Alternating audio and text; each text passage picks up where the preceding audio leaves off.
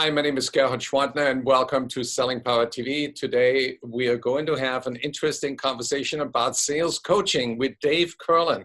Welcome, Dave. Hi, Gerhard. It's great to be back. What is the number one thing that sales managers need to be aware of as they move into management about coaching? Most of them, their concept of coaching is, I talked to her today. We talked about where she was going. I gave her encouragement. I gave her pricing. I even told her what to say. And that's not coaching, even though most managers think it is. It's not. So how do you plan for coaching? I see three kinds of coaching. Pre-call strategizing, where a sales manager goes over an upcoming call and makes sure that the salesperson has the proper goals and outcomes and is prepared for everything that could go wrong, and asks the salesperson what that conversation is going to sound like. And that's where the big surprise comes from. Because when most salespeople are asked, so what's that call going to sound like? What's that conversation going to sound like? Most salespeople go, what do you mean? If sales managers could simply plan with each salesperson to do a short pre-call strategy, and if the salesperson isn't capable of playing the salesperson part, then the sales manager can play the salesperson's part, but just so we have a dry run. And the second part of sales coaching plan has to be post-call debrief. One call every day that didn't go as desired. And we work from the end and go backwards to figure out two things. Where did the call go wrong? And what was the tactic that wasn't properly used or used at all? And what was the cause of that? And then the third coaching is the ride along, or the joint sales call, or the joint headphones. In my experience, as ineffectively as most sales managers handle pre-call strategy and post-call debrief, they do an even more horrible job on the ride along. Why is it such a devastating effect for the salesperson and an embarrassment sometimes for the customer? Number one, right off the bat, now the customer has a direct channel to the sales manager, doesn't need the sales rep anymore. Number two, sales manager strokes his ego, came in, got the sale, yay me. What does that do for the salesperson's confidence? Number three, salesperson is trained to use the sales manager as a crutch. All they have to do is bird dog. Sales manager comes in and does the heavy lifting. Number four, salesperson doesn't get any better. No skills are developed. No adversity is overcome.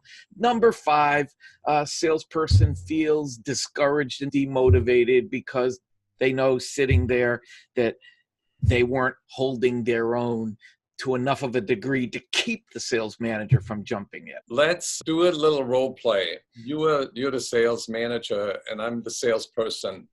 And particularly, I was not comfortable when the customer said, your price is too high. And I was responding like, I'm making this up. You know, our competition is much more expensive. So how would you coach me? You said you were uncomfortable. Why? You've been with us for 4 years and our prices have always been higher. Why 4 years into this are you suddenly uncomfortable? Well, this was a small business and I felt empathy for the owner. That's nice of you to be empathetic to the owner, but there's two kinds of empathy. There's the empathy that you felt to his put off, his objection, his stall, his sob story, his bluff. And there's also the empathy toward the problem we were supposed to be in there solving, which he had, right? And you picked the wrong thing to empathize with. Absolutely. So what you're saying is I could have said, I'm surprised to hear that. What makes you think that we are too expensive? You could have. And at least with that question, you're not conflicted over how you buy and how he wants to buy. The reason you didn't do anything is because you understood.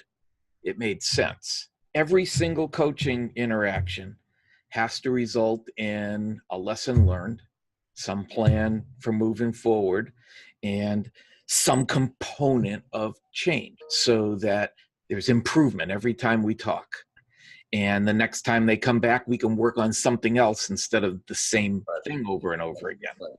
But it takes a lot of mindset shifting on the part of the manager and not be just a number cruncher and an encourager or a dictator. There's got to be a reasonable expectation as to how long change like this takes.